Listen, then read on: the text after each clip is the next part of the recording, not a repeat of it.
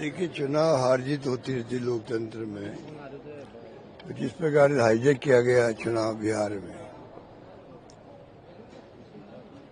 महिलाओं को 10,000 रुपये, चुनाव चल रहे हैं और बट रहे हैं। 400 रुपये दिए उन्होंने, पेंशन 1100 कर दी उसको। वो बढ़ते गए, पोलिंग दिन तक बढ़ते गए। ऐसा आज तक कभी हुआ नहीं। राजस्थान में हमारे यहाँ पे स्कीमें थी दो साल पहले की, 2022 की थी स्कीम मोबाइल बांटने की। इमीडिएटली बंद हो गई चुनाव शुरू होते ही। पेंशन बट रही थी, वो बंद हो गई। अन्नपूर्णा योजना बंद हो गई, सब कुछ बंद हो गया। वहाँ इलेक्शन कमीशन देखता रहा, कोई रोका ही नहीं उन्होंने। तो कई कारण होंगे, उसमें एक कारण ये भी मुख्य रूप से है, एक महिला बिहार जैसे प्रदेश के अंदर 10,000 रुपये का मतलब खाली एक महिला का वोट नहीं है, पूरे परिवार के वोटों का असर पड़ा वहां पर। इस प्रकार की हरकतें हुई वहां पर।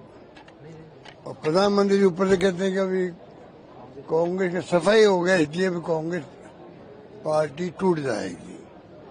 कांग्रेस पार्टी तो सोनिया जी हो, चाहे खड़गे साहब हो, या राहुल गांधी हो, उनके नेतृत्व में पूरी तरह एकजुट है। और जो चुनौतियां पेश की गई देश के सामने एनडीए गवर्नमेंट द्वारा, ध्रुवीकरण भी कर दिया है, जो एजेंसियों का दुरुपयोग कर रहे हैं, दबाव में ले लिया जुडिशरी को या इलेक्शन कमीशन को भी, इन सब का मुकाबला करने में हम लोग सक्षम हैं। चाहे सीनियर हो चाहे जूनियर हो, सब लोग मिलकर के मुकाबला करेंगे। पार्टी एकजुट रहेगी। हाँ, मोदी जी का बयान जो बकवास है, उनका खुद की पार्टी का अध्यक्ष नहीं बन पा रहा है, लगभग 2 साल हो गए। वो तो बना नहीं पा रहे हैं, तो फूट किस में है, उनमें है या हमारे पार्टी में है? तो इसलिए ये जुमले बोलते रहते मोदी जी, हम सुनते रहते हैं। सर, आप दिल्ली होकर आए हैं, क्योंकि बिहार परिणाम के बाद आप दिल्ली में बैठक भी रहे आए, कारण क्या निकल कर सामने आया बिहार के? यही बता रहा हूँ आपको। सभी लोग एक स्वर में आपको यही कहेंगे, जिस प्रकार धन बल का प्रयोग हुआ है वहां पर, कोई सोच नहीं सकता। अब जो पैसा बट रहा है वहां पर कैश के अंदर भी, नई नई कहानियां सामने आ रही है। ये महिलाओं का तो 1 पॉइंट हुआ है जो उनके खाते में गए पैसे। बाकी जिस प्रकार से वहाँ कई योजनाएं चल रही थी, उन तमाम योजनाओं के माध्यम से जो पैसा बिखेरा गया है, वो चौंकाने वाले आंकड़े हैं। सर, नरेश मीणा ने अंतर चुनाव को लेकर कहा कि धन बल से ये चुनाव जीता गया है, भ्रष्टाचार के सारे ये चुनाव जीता गया है। ये नरेश मीणा का कांग्रेस से आरोप है। देखिए, प्योरली अंता बाई इलेक्शन वर्तमान सरकार की फेलियर से जीता गया। जो हर गांव में अभी कांग्रेस सरकार जब हमारी थी, जो हमने योजना चालू की, उसकी चर्चा पूरे मुल्क में है, उसका बहुत बड़ा प्रभाव आज भी है। लोग पश्चाताप भी करते हैं कि सरकार चली गई और नई सरकार की गवर्नेंस है ही नहीं, कोई सुशासन नहीं है।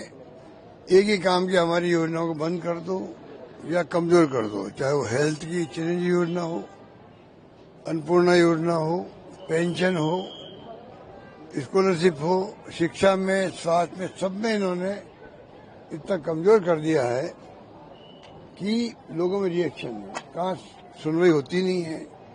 तो ये जो सरकार पूरी तरह फेल हो गई है, उसके कारण से हम लोग 15,000 वोट से जीतना बड़ी बात है। इस माहौल के अंदर हमारी काम में भी हुई है। सर, जोजरी नदी को लेकर के सुप्रीम कोर्ट ने सत्य संज्ञान लिया, सरकार को फटकार भी लगाई है और कहा है कि अधिकारियों पर कार्रवाई करनी चाहिए जोजरी नदी को लेकर। तो भी क्या फैसला आया सुप्रीम कोर्ट का, वो देख के एग्जामिन करते हम भी, फिर दबाव देंगे सरकार पर, किस प्रकार से जनहित के अंदर फैसले करेंगे। नए मुख्य सचिव नियुक्त हुए हैं, लगता है मैंने कल ही कहा, मेरे ख्याल से पहले वाले मुख्य सचिव थे, वो राजस्थान में रहे थे करीब करीब, उनका अनुभव ज्यादा था, अधिकारियों के साथ में इंटरेक्शन ज्यादा था, तो वो सीएमओ को भी एडवाइस भी करते थे उनको असिस्ट भी करते थे और काम कर रहे थे। नए वाले बहुत ही अच्छे इंसान हैं, जानता हूं इनको मैं, पर ये 15-20 साल से बाहर हैं, तो इनका एक लिंक नहीं है अधिकारियों के साथ में, वो तारतम्य नहीं है। तो ये जो भूमिका वो अदा करते थे मिस्टर पंत, वो शायद भूमिका अदा नहीं कर पाए, क्योंकि जब ऐसी स्थिति होती है तो सीएमओ के अंदर जो एक उनकी भूमिका थी, वैसी भूमिका निभाने में मैं समझता हूँ इनकी वो भूमिका रहेगी भी नहीं मेरे ख्याल से। प्रिंसिपल सेक्रेटरी, सीएम जो सीएमओ में है, अधिकारी है, उनको ज्यादा जिम्मेदारी लेनी पड़ेगी। अब कैसे ले पाते हैं वो समय बताएगा कि अनुभव के अभाव में, पिछली बारी चीफ सेक्रेटरी के अनुभव के अभाव में ये क्या कर पाएंगे, ये वक्त बताएगा। यात्रा रोक दी गई है। राहुल कसवा की जो किसान यात्रा थी, ट्रैक्टर यात्रा थी, उसको रोक दिया गया। वो जयपुर आ रही थी ट्रैक्टर यात्रा को, उसको पुलिस ने रोका है। मैं मुझे पता नहीं है, जानकारी में क्या कमेंट करूं, पर कोई काम जो लोकतंत्र तरीके से हो रहे हों उसमें सरकार को हस्तक्षेप नहीं करना चाहिए। सरकार को जो धरना हो रहे हैं, प्रदर्शन हो रहे हैं, यात्रा निकलती है, विपक्ष वाले निकालेंगे, उनकी मांग क्या है गहरे में जाना चाहिए, सरकार को हल करने का प्रयास करना चाहिए, रोकने के बजाय। पर ये जो इनके लोकतंत्र में यकीन तो है नहीं, इसे कुछ भी कर सकते हैं। सर, राजस्थान में जो एसएमएस मेडिकल कॉलेज से जुड़े जो अस्पताल थे, उन तमाम अस्पतालों के अधीक्षकों ने इस्तीफा दिया है।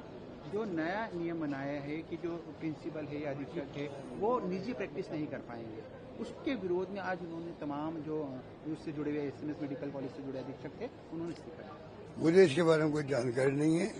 मैं इतना कह सकता हूँ कि सरकार की प्रायोरिटी जो हेल्थ होना चाहिए, क्योंकि बीमारी हर घर में आ सकती है और बहुत कॉस्टली इलाज होता है। तो हमारी स्कीम का इतना फायदा मिला गरीब को, गांव को, सभी वर्गों को, क्योंकि हमारी स्कीम हिंदुस्तान में लोग समझ नहीं रहे हैं, एकमात्र स्कीम है राजस्थान की जो पूरे प्रदेशवासियों के लिए है। बाकी जो आपके मुख्यमंत्री, प्रधानमंत्री जी की क्या नाम उनका योजना जो है ना, ये 5 लाख वाली आयुष्मान भारत, वो भी सबके लिए नहीं है। रात दिन का फर्क है, एक तो पूरे प्रदेशवासी का फायदा उठे। एक जहाँ प्रदेशों में लागू है वहाँ पे खाली एसएसईसी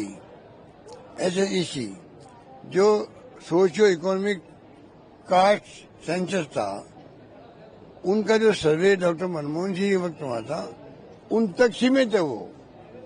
तो आधे लोगों को भी नहीं मिल रही हो, तो पर लोग चुप हैं, समझ नहीं पा रहे हैं। सर, एसआईआर राजस्थान में भी लागू है, लेकिन एक बीएलओ ने आत्महत्या कर ली है। प्रेशर, काम के प्रेशर के चलते किस तरीके से आप इसको? अब ये तो खबर आज मैंने पढ़ी, मैं नहीं पढ़ी, बहुत दुखद घटना है। पता नहीं एक्चुअल में क्या हुआ होगा, मैं नहीं कह सकता। पर फिर मैं कहना चाहूंगा, इलेक्शन कमीशन दबाव में मिला हुआ है सरकार से, और ये लोकतंत्र के लिए अच्छे संकेत नहीं है। उनको चाहिए कि वो कृपा करके, क्योंकि उनके ऊपर बहुत बड़ी जिम्मेदारी है, तमाम पॉलिटिकल पार्टियों को विश्वास में लेकर के, सलाह लेकर के, सुप्रीम कोर्ट में केस चल रहा है सब जुडिस से, तब भी शुरू कर दिया 12 राज्यों में। यही काम अगर सबको बुला के बात करते, सुझाव लेते, उसके बाद में आप शुरू करते, किसी को एतराज नहीं होता।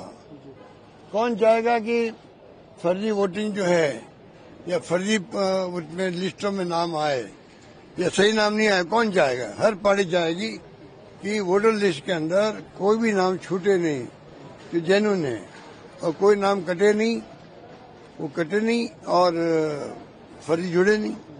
कौन नहीं चाहेगा? पर इन्होंने जो तरीका अपनाया ना, उसको लोग डाउट क्रिएट करते हैं इनके ऊपर।